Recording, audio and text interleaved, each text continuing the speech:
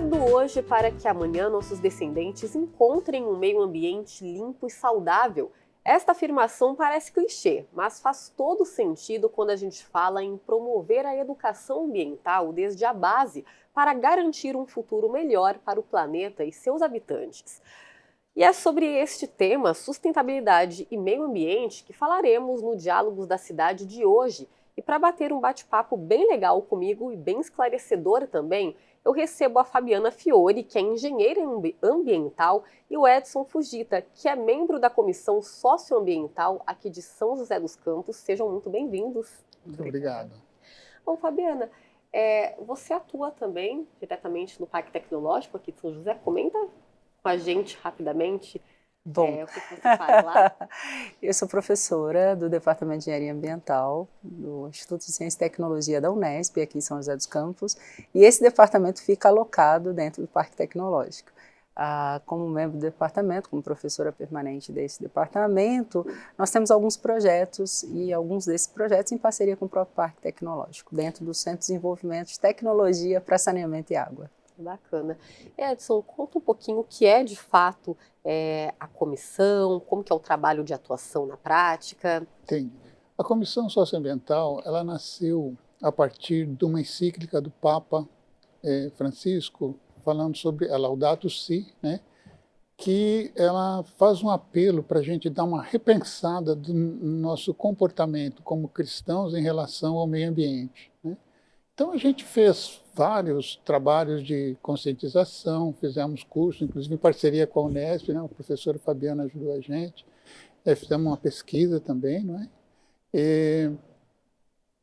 Na prática, a gente tem visitado várias paróquias, dando vários cursos, temos aproveitado vários momentos para fazer isso, plantar árvore, cursos, estamos fazendo um trabalho em Paraibuna, com as crianças das escolas lá, em parceria com a prefeitura, né? E aqui em São José dos Campos já implantamos duas composteiras em comunidades, né? Estamos montando uma terceira, não montamos essa semana porque estava chovendo, a gente deve montar uma terceira composteira em área aberta. Então, a Comissão Socioambiental trabalha tentando conscientizar as pessoas da sua posição como cristão em relação à criatura, ao meio ambiente que a gente vive, né? Quer dizer, não só as relações com a parte física, mas a parte viva, inclusive as pessoas, né? E todos os seres que têm interligados nesse planeta. E para a gente dar sequência ao nosso bate-papo, queria que vocês falassem um pouquinho, introduzissem qual que é o conceito de sustentabilidade e meio ambiente. Fabiana? Bom, começando então. O conceito de sustentabilidade, para a gente, é o que respalda, eu acho, grande parte das nossas ações. Ele foi elaborado a partir de um acordo possível naquele momento, década de 70.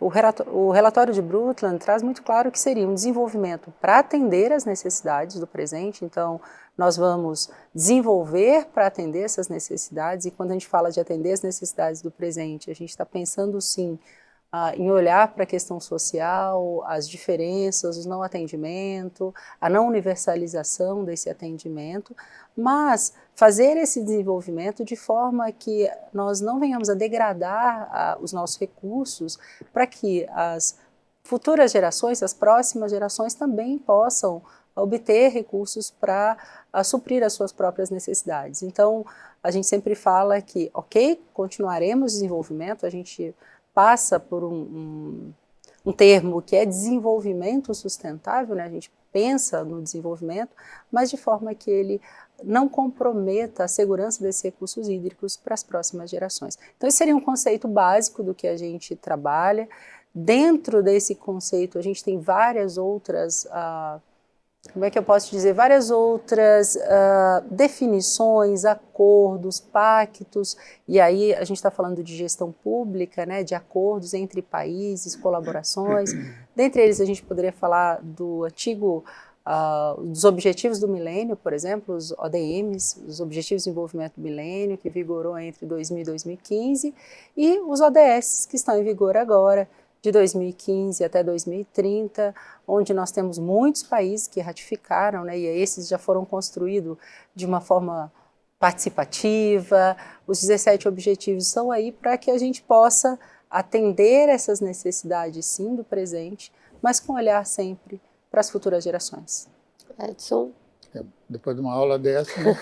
Mas realmente eu acho que a primeira-ministra da Noruega, né, Gro Brundtland, que fez o primeiro relatório, em 87, acho que saiu esse relatório, e a partir daí vários trabalhos se desenvolveram, né, costurando essas necessidades de se desenvolver, mas sem degradar o que nós temos disponível, para que as próximas gerações também tenham acesso à água, à qualidade de vida, alimento, etc. Né?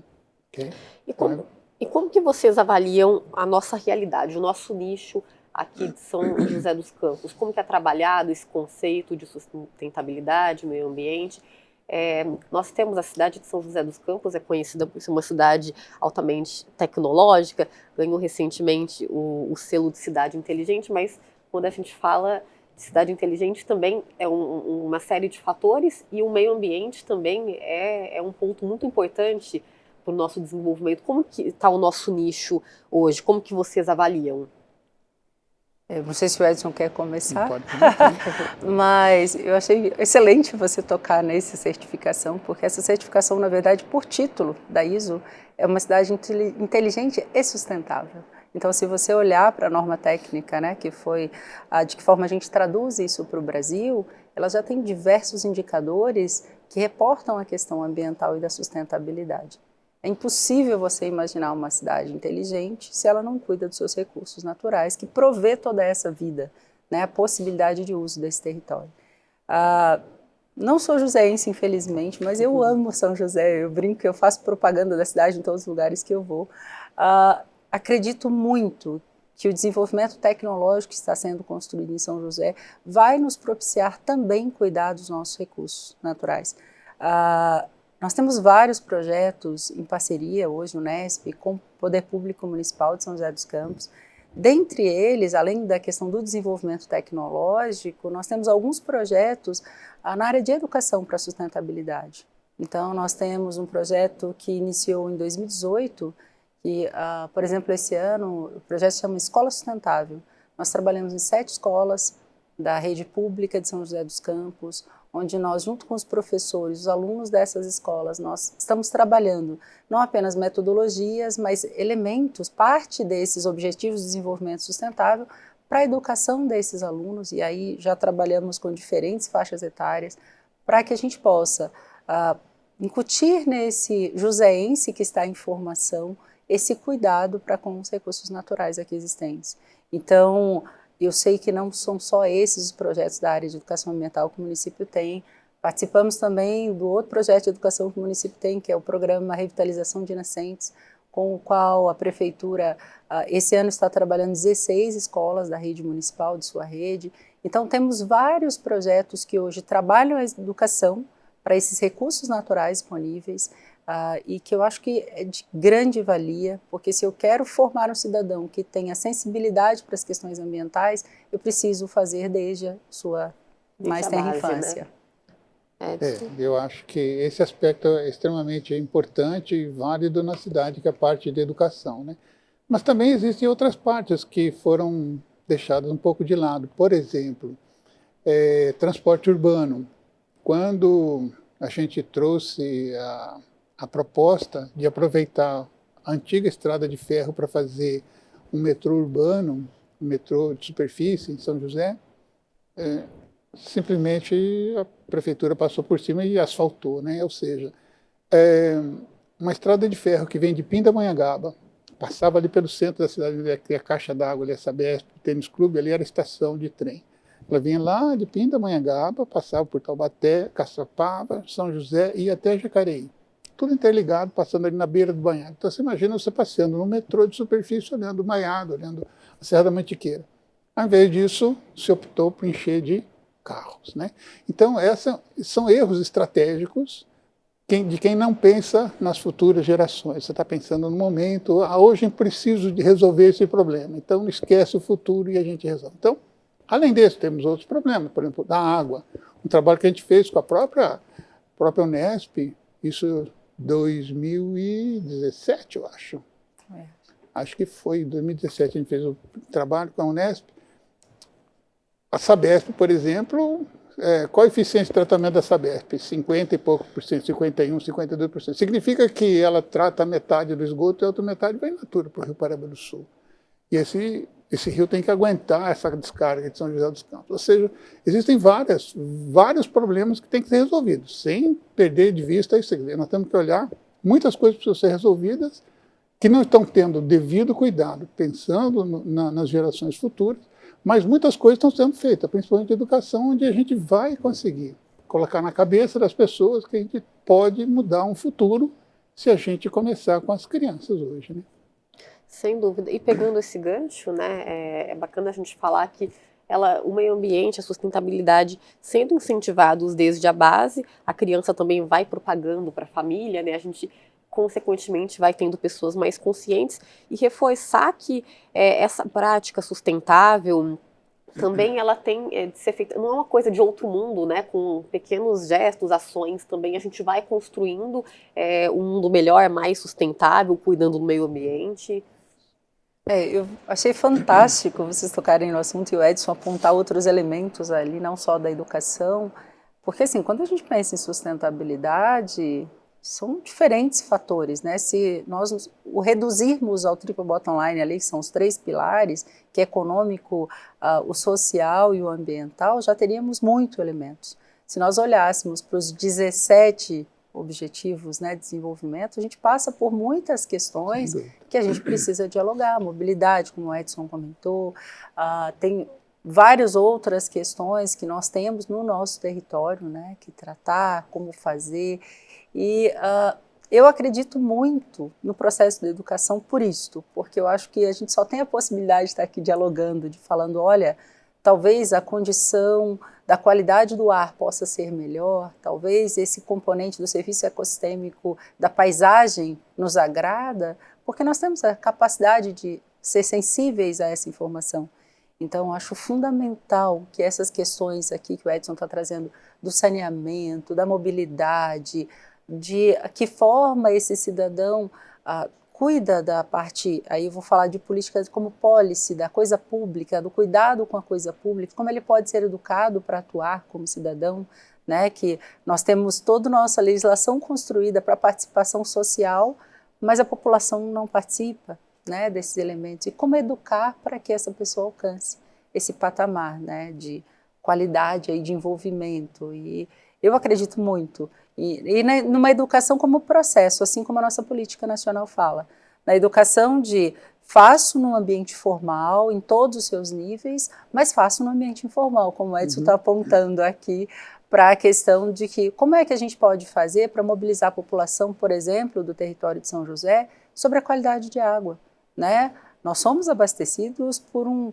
rio que também abastece diversos outros municípios, que tem um aporte de efluentes bastante significativo a montante, a jusante, e como é que a gente pode lidar para não simplesmente tecnicamente saber resolver a situação, mas educar a população para que ela participe socialmente e também cobre aí os seus direitos e também cumpra os seus deveres, né, como cidadãos. Sem dúvida. Edson? Então, exatamente, ela complementou o que eu estava falando, né? Esses aspectos de... A cidade ela tem até uma boa... Quer dizer, o Brasil acabou incentivando bastante o uso de energia fotovoltaica, né? Que é uma das alternativas bem interessantes. A cidade tem até uma isenção de imposto para o primeiro ano ou segundo ano, não sei de quem planta, né? Mas eu acho que é muito pouco. Dava para ser feito muito mais. Infelizmente, todas as grandes agências do Brasil, né, vamos falar de ANA, Agência Nacional de Água, Anatel, ANEEL, etc., todas as agências, elas têm um lobby por trás, né, que é muito forte e que acaba, às vezes, impedindo esses desenvolvimentos que são importantes para o país. Então, energias alternativas deveria ter um foco muito mais direcionado para as pessoas do que para as empresas. Por exemplo, se você estiver na Alemanha, 3, 4 pessoas moram numa região, vamos colocar uma torre aqui para captar vento e gerar energia elétrica. Eles fazem isso e vendem e ganham dinheiro. Aqui no Brasil você não pode vender, né? Então não pode vender. O máximo que você pode fazer é colocar na rede para receber de volta, mas você não pode vender. Quer dizer, lá é lucro. O cara investe, 3, 4 pessoas investem e estão ganhando dinheiro com aquilo. Aqui no Brasil não pode, porque as empresas não deixam fazer. Então, é muito controlado por lobbies embora, por exemplo, a lei das águas do Brasil, acho que é a melhor do mundo que tem em termos de controle e gestão de água. Mas você sempre tem os lobistas das hidrelétricas, dos geradores, segurando, amarrando nos comitês, participando dos comitês, na Agência Nacional. Então, em todas essas grandes áreas, nós temos os lobbies. A gente precisava ser um pouco mais limpo disso, ter uma política mais aberta, mais voltada, pensando em desenvolvimento mesmo, desenvolvimento sustentável para o futuro. Não ficar amarrado nas premissas que a gente tem hoje. Se você ficar amarrado, você não consegue caminhar, né? Tá joia. A gente vai fazer nossa primeira pausa de hoje. Daqui a pouco nós continuamos a falar sobre este assunto tão importante. O Diálogos da Cidade volta já já.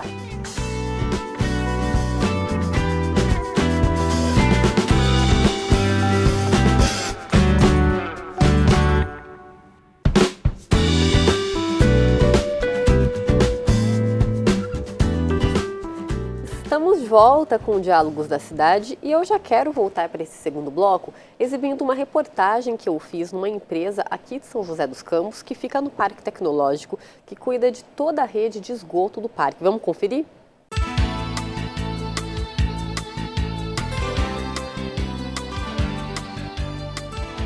Bom, o Diálogos da Cidade de hoje vai falar sobre meio ambiente. Eu estou aqui no Parque Tecnológico de São José dos Campos para conversar com o professor Nicola Martorano, que é pesquisador do Laboratório de Políticas Ambientais e Territoriais da USP.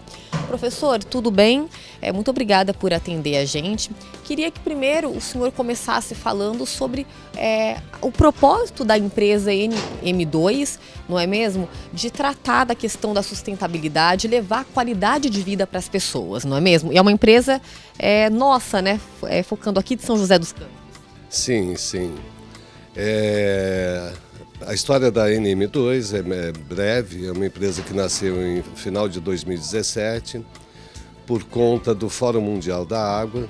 Foi uma demanda dos organizadores do Fórum Mundial da Água, realizada em Brasília em março de 2018, quando à época nos foi solicitado que desenvolvêssemos um projeto genuinamente brasileiro que pudesse contribuir com o saneamento brasileiro devido à carência dos serviços, principalmente em comunidades isoladas e carentes. Aí, durante esse período, né, do desenvolvimento da nossa tecnologia, que foi muito bem aceita pelo Fórum Mundial da Água, a Sabesp realizou testes rigorosos com a nossa estação de tratamento de esgoto, que é construída, como vocês podem ver, dentro de um container, justamente para não demandar a construção, que é extremamente onerosa no sistema de saneamento, da rede coletora.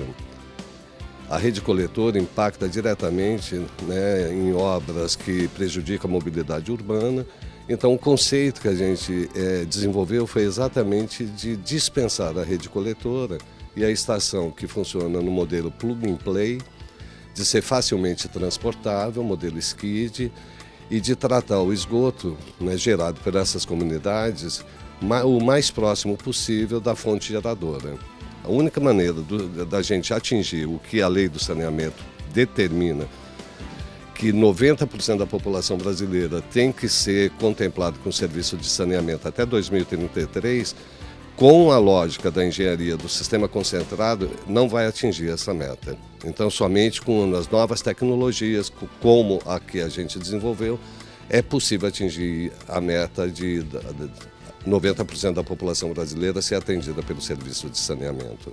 E trazendo aqui para a nossa realidade também, é um serviço que pode auxiliar também os bairros que ainda não estão regularizados, estão para ser regularizados, no caso aqui de São José dos Campos, São Francisco Xavier também, não é mesmo? Tem muitos bairros que ainda não têm também esgoto tratado e seria uma mão na roda, no caso, esse projeto também. Sim, exatamente. Devido ao grande crescimento populacional, né, identificado já pelos dados da Prefeitura, São Francisco Xavier vem tendo um crescimento anual de 4,4% todo ano.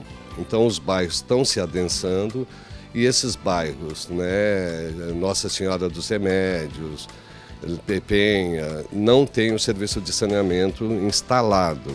Então a tecnologia nossa do modelo SCID descentralizado pode contribuir muito com a solução de São Francisco Xavier.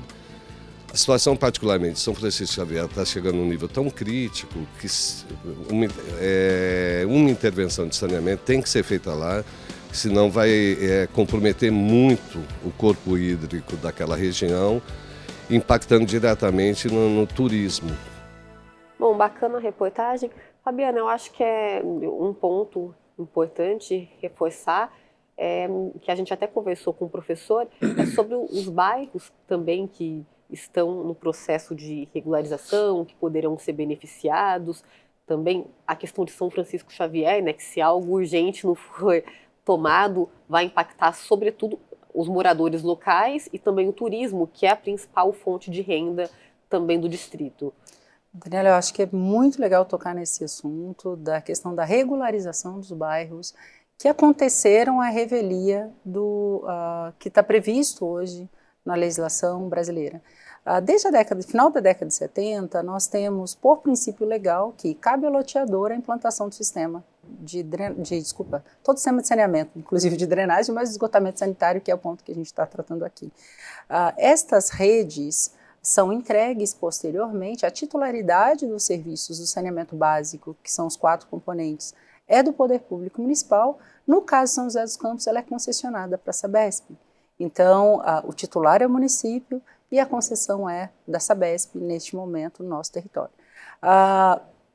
Infelizmente, alguns bairros, e não só em São Francisco, mas em São José, nós temos muitos bairros ainda em processo de regularização, em situações que muitas das vezes conflitam com o que foi planejado para esse território, tá? Então a gente teria que ter toda uma cultura de planejamento, e a gente tem isso estabelecido nas nossas legislações, desde o plano diretor, os planos de saneamento, os planos de resíduos. Então nós temos toda uma estrutura de planejamento existente, mas que muitas das vezes não se materializa. Essa situação do lançamento irregular de esgotos nos cursos d'água é proibido pela Constituição do Estado de São Paulo. Nós temos toda uma legislação, um conjunto de legislações que vão regrar para em quais rios eu posso lançar efluentes, tá? Esgotos tratados, com qual característica esse esgoto pode chegar a esses recursos hídricos. No entanto, infelizmente, entre o que existe no regular e o que existe de real, a gente sabe que existem fatos como esses apontados em São José. Nós temos no Brasil grande parte do saneamento sendo atendido por sistemas centralizados, né? Só que muitas das vezes a gente não consegue atender alguns dessas comunidades isoladas que acontecem. Tá? Então, quando você pensa no território, por exemplo, de São Francisco, onde a gente tem um núcleo urbano, né, do distrito, e muitas das vezes acontece em outras comunidades. Se essa comunidade está isolada, muitas das vezes o sistema estático não dá conta de cobrir, que é aquele sistema que a gente conhece, de fossa, filtro, sumidouro, e a gente lança a mão do que a gente chama de sistemas descentralizados. Em outros países, aqui da América Latina mesmo, você tem uma cultura, inclusive, dos próprios moradores fazerem toda a parte de operação e manutenção desses sistemas. Claro, como qualquer sistema de tratamento, ele precisa ser operado adequadamente. Então, nós temos hoje a Agência de Bacia incentivando muito esses sistemas para municípios de pequeno porte. A gente tem no Parque Tecnológico também desenvolvimentos nessa área, porque nós estamos num município de grande porte, né, de médio porte, considerado de médio porte, mas nós temos municípios muito pequenos, que se assemelham a essas comunidades isoladas. Então, esse desenvolvimento tecnológico, para que a gente possa garantir uma operação adequada, com minimização de custos, muitas das vezes, é muito importante para a gente, tá? Então, eu sempre gosto de pensar que esse esgoto, na verdade, a gente veio pensá-lo como água, como recurso, porque, no fim das contas, nós estamos lançando tudo isso no mesmo recurso hídrico que vai nos abastecer. Então, pensar que um esgoto está sendo lançado in natura por qualquer que seja o bairro, é pensar que é dessa fonte que nós retiramos a água que nós estamos, por exemplo, bebendo nesse momento. Então, é pensar com cuidado da nossa saúde. Então, pensar com o olhar de o que eu posso fazer, de que forma eu posso contribuir para que eu possa ter saúde para mim, minha família e todos que estão na comunidade. Eu acho que é bacana pensar também, né, quando se tem uma ideia em como colocá-la em prática de uma forma eficaz, versátil, e é interessante esse sistema também, o modo plug and play, né, mesmo que eles podem levar a estrutura até o local. Então, existem, como a Fabiana colocou, algumas maneiras de você fazer isso no local. Comentar então primeiro do Freitas, né, que o pessoal está fazendo a regularização daquela região, né? Eu sei porque a gente estava fazendo um trabalho lá, fomos implantar uma composteira e a gente viu, né, a quantidade de esgoto que vai para aqueles riachos, etc., né? Daí ficamos sabendo que está em processo de regularização, mas tem recursos federais para fazer a captação de todo aquele esgoto. Então ela deve ter uma melhoria na qualidade do saneamento nos próximos anos, não sei quanto tempo, né? Então tem alguma coisa sinalizada para lá, mas por enquanto está precário, para não dizer péssimo, né? Falar que o município de São José dos Campos tem uma região, aqueles riachos recebendo esgoto in natura é muito triste, né? Por outro lado, São Francisco Xavier, por exemplo, a gente tinha um projeto, quer dizer, quem tinha um projeto é a prefeitura, acho que tinha recursos para implantar, se não me engano, eram 100 bacias de evapotranspiração. E a gente ia começar, a Comissão Socioambiental ia participar ajudando a prefeitura na implantação, no treinamento, na divulgação desse trabalho. Provavelmente seriam colocados em capelas, em comunidades, começando com essas comunidades, junto, por exemplo, de uma igreja, né?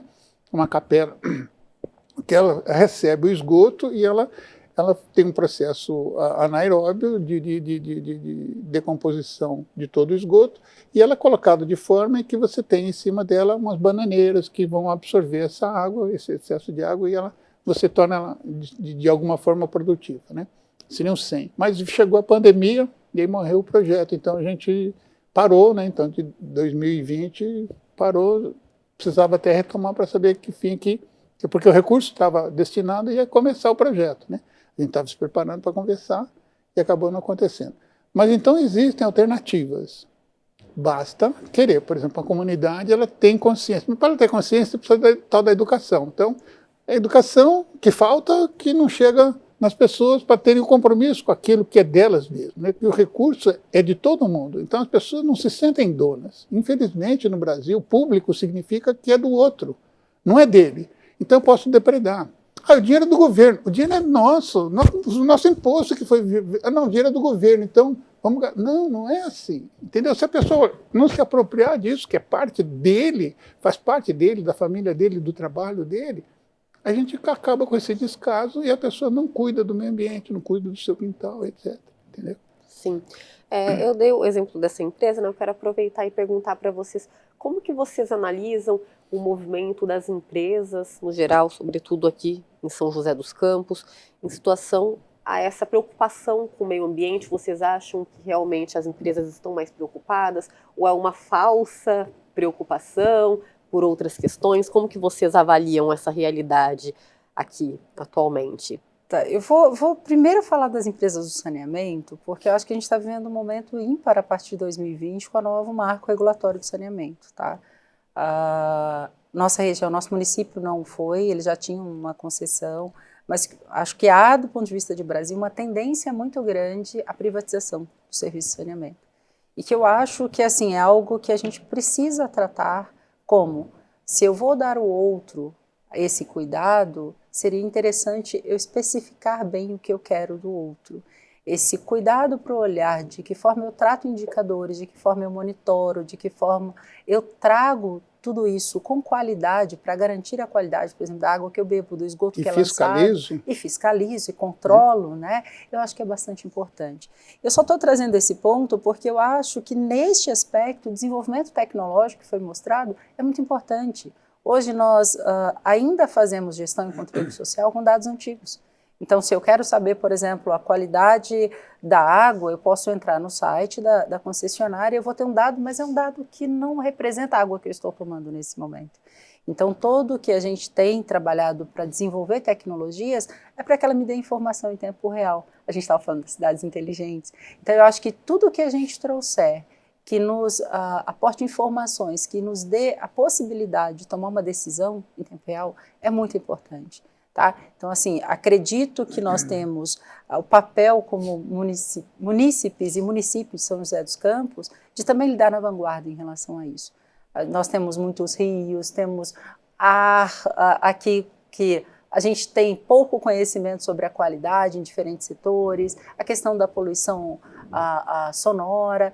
Nós podemos fazer isso também utilizando e lançando mão do desenvolvimento tecnológico que é desenvolvido aqui em São José dos Campos. Tá? A gente tem muitas empresas hoje fazendo desenvolvimento tecnológico. Só mudando rapidinho, já vou te passar aqui a bola, Edson.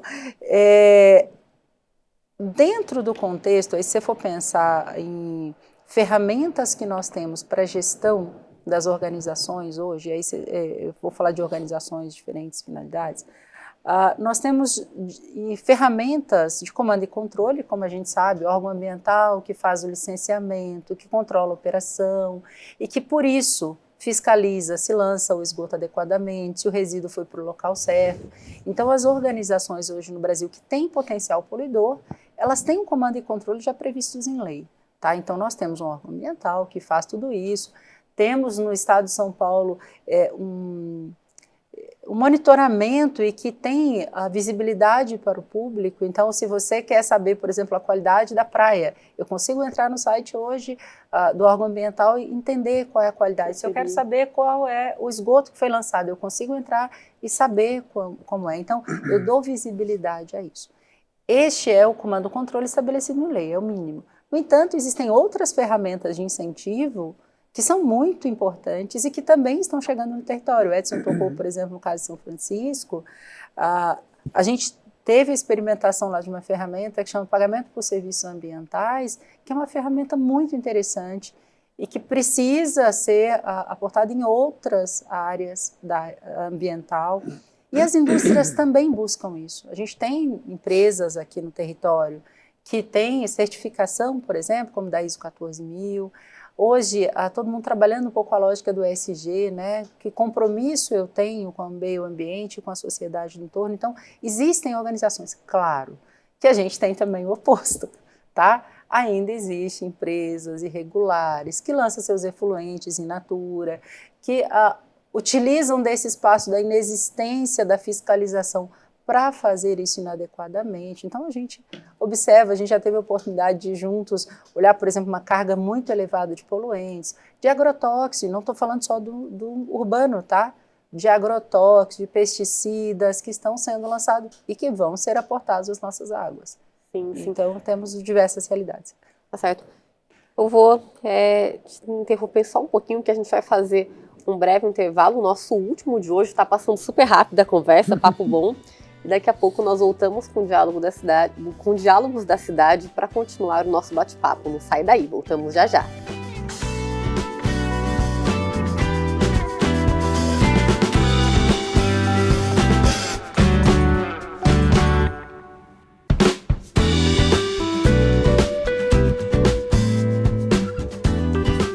Estamos de volta com Diálogos da Cidade e hoje o meu bate-papo é com a Fabiana Fiore, que é engenheira, e o Edson Fujita, que é membro da Comissão Socioambiental aqui de São José dos Campos. Gente, eu quero retomar esse terceiro e último bloco apontando uma pesquisa que saiu recentemente das universidades de Columbia e Yale, que apontou que o Brasil está na 81ª posição no ranking de 180 países no que diz respeito ao Índice de Desempenho Ambiental.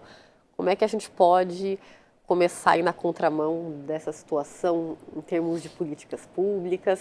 Se a gente pensar que quando a gente fala em meio ambiente, nas questões ambientais, a gente está falando também de outras questões muito mais amplas,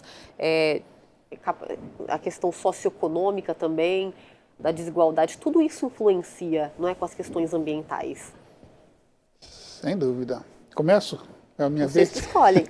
Eu vou colocar 2 aspectos. Eu fui diretor da agência de bacias do Rio Paraíba do Sul durante 4 anos.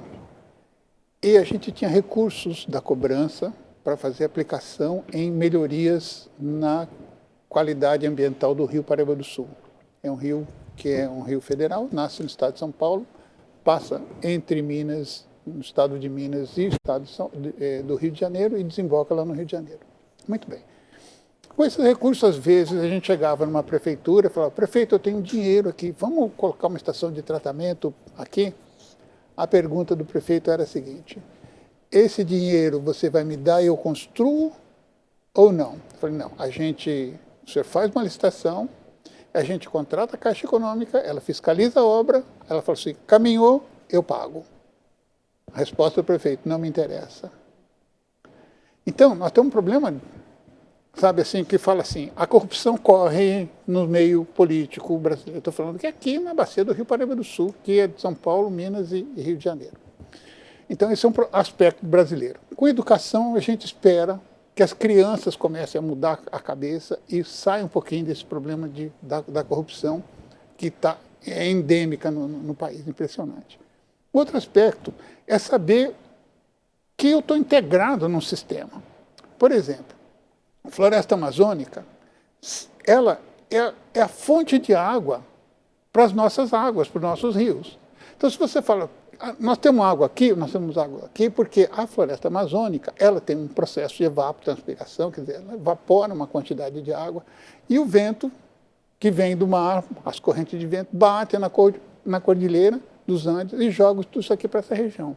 Então a gente tem essa água. Minas Gerais é o berço das águas do Brasil. Corta a mata, a floresta amazônica não vai ser berço de nada, não vai ter água.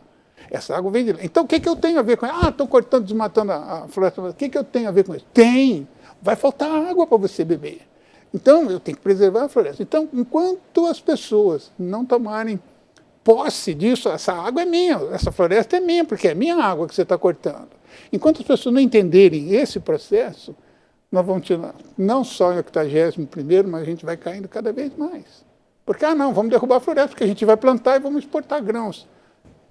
Ok, eu acho que o agronegócio é fantástico no Brasil, gera um monte de recursos, mas ele paga a água que ele consome para gerar aquele produto, né, só para incomodar um pouquinho. Soja nasceu aonde? Lá na Ásia, típica da Ásia. Por que se deu bem no Brasil? Por que a China, que tem mais área do que a gente tem, mais chinês para plantar, não planta soja, ela vem comprar soja do Brasil? Porque não tem água. O Brasil tem água, então a gente está exportando água. E ninguém está pagando por isso. Então, enquanto a gente não entender esse processo, a gente vai continuar caindo nessa escala. Por isso a educação é preciso colocar as pessoas a entenderem o que acontece no meio ambiente quando a gente fala em meio ambiente. Não é simplesmente cortar o matinho, proteger a árvore, um abraço. Não é isso. É um pouco mais amplo. Okay? E medidas precisam ser tomadas urgentes, né? Porque a gente já está numa situação e vai ficar cada vez pior, né? Se não forem tomadas. Eu acho muito, muito feliz, eu acho que você fez uma pergunta que fecha muito bem, já que é esse o nosso último bloco. Enquanto nós não nos sentirmos parte deste ambiente, eu acho que é aquela coisa de existe o ser humano, existe o meio ambiente, como se fosse possível separar essas duas coisas. Nós somos parte disso. Nós não vivemos sem o ar, nós não vivemos sem a água, uma água de qualidade. E enquanto nós não nos apropriarmos disso como cidadãos para dizer eu preciso disso, eu sou parte disso, nós vamos ter esses problemas que o Edson está citando aqui.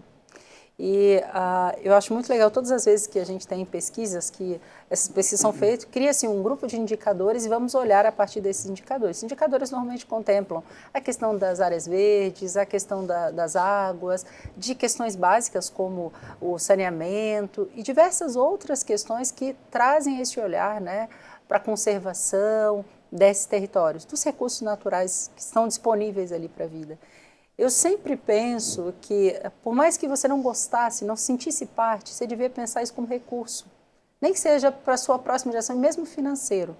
Quando eu penso em exportar soja, como o Edson diz aqui, que todo o custo, né, externalizado do recurso natural, e é isso que a gente está falando, eu não coloco na conta, eu cobro 1 centavo para cada metro cúbico de água, ou nem cobro essa água que está sendo exportada. O que eu estou fazendo é, falando com a próxima geração, talvez você não vai ter água para tomar, para beber, para usufruir desses diferentes usos múltiplos que a gente está fazendo hoje. Então, essa externalização dos custos dos recursos naturais é o diálogo que eu tento fazer com quem ainda não se sente parte. Eu fico pensando, coloca na conta, coloca na ponta do lápis, quanto é que de verdade custa 1 metro cúbico de água quando a gente está pensando em outra produção. Pensa num custo de oportunidade, o que você poderia fazer com esse 1 metro cúbico de água, né, para produzir e vender esse metro cúbico de água? Então a gente tem uma situação de país ainda precisa de política, no sentido de política de país, de como é o que a gente quer fazer para se desenvolver de forma sustentável e de que forma a gente alcança isso. E tem a ver com a cultura da população, tem a ver com as nossas atividades do dia a dia. Quando a gente continuar com a cultura de é hoje, eu posso tudo porque não me representa, não faz parte, eu não estou integrada a gente vai ter problemas dessa natureza. Eu sempre trago para a questão, por exemplo, do resíduo, que é muito fácil da gente mensurar, como é que a gente olha para esses restos que a gente gera? De que forma a gente trata desses restos que a gente gera?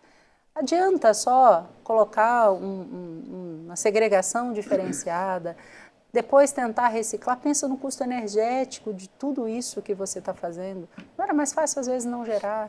Não é mais fácil, muitas das vezes, mudar a cultura? Nem sempre, eu acho que veio, inclusive, daquela questão de eu não compro se eu não tenho recurso para. Não, eu não compro porque às vezes eu não preciso, eu não tenho necessidade de. Eu preciso mudar essa mentalidade do desperdício, que é cultural.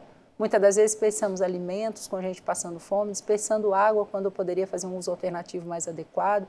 Não cuido de uma área verde, nós temos 36 APPs de São José que foram restauradas, e se você chegar em algumas delas, a população está lançando resíduo. E resíduo que existe um PEV a 2, 3 metros de distância. Então, existe um cuidado de eu sou parte desse ambiente que a gente precisa começar a ter esse novo olhar. E eu fico pensando que nessa educação como processo, a gente precisa também atingir os adultos. E eu acho que nisso o seu programa vai ser muito feliz, que eu acredito que muitos adultos possam começar a repensar um pouco esses valores. De que forma eu posso agir de forma diferente para que a gente melhore não só nesse ranking, né, mas em diversos outros. O município de São José dos Campos já é privilegiado, já tem uma situação diferenciada, mas pode avançar ainda mais e ser referência para os demais municípios, como eu acho que ele é em várias outras áreas, tá? Nesse cuidado com o meio, cuidado com o recurso natural. Sim, sem dúvida. A gente falou um pouquinho no intervalo, né, professor, sobre investimentos também em fontes de energias limpas, renováveis. Quais seriam as principais alternativas, no caso geral do Brasil, energia eólica? Fala um pouquinho para a gente. No Brasil, se a gente pensar, na época de cheias, venta pouco. Na hora que tem água no rio, venta pouco. A hora que o rio está seco, venta bastante. Então, se você tiver uma matriz equilibrada entre eólica e hídrica, você vai ter uma matriz muito funcional para o país como um todo. A valorização, por exemplo, de células fotovoltaicas nas casas, cada casa é um ponto de geração de energia. O Brasil já atingiu, acho que, 1 milhão de instalações, se não me engano. É uma matriz fantástica, quer dizer, a gente não tem que parar de pensar que água sempre vai existir e a gente sempre vai ter cada vez energia elétrica à vontade. Não tem mais grandes barragens para serem construídas no Brasil. Acabou. Se você precisar de energia, vai ter que correr para nuclear, porque não tem outra fonte de energia, ou térmica, né? Então, pessoal, quer dizer, são duas alternativas que não são interessantes. A gente tem que partir para essa área. Então, nós temos essas alternativas. Toda a costa brasileira tem o tal do vento, venta de manhã. Lembra que os jangadeiros pegavam o barco, a jangada tem o vento que leva ele. Depois da tarde tem o vento que traz ele de volta. Esse vento sopra o dia inteiro, de manhã e de tarde. Tem umas paradinhas, mas ele sopra. Então, na área marítima, você colocar um gerador eólico, ele é fantástico, né? Energia de marés. já está comprovado, funciona, é só colocar para funcionar. Mas como tem um investimento e tem um monte de gente fazendo lobby que não interessa para isso aconteça, então acaba, né?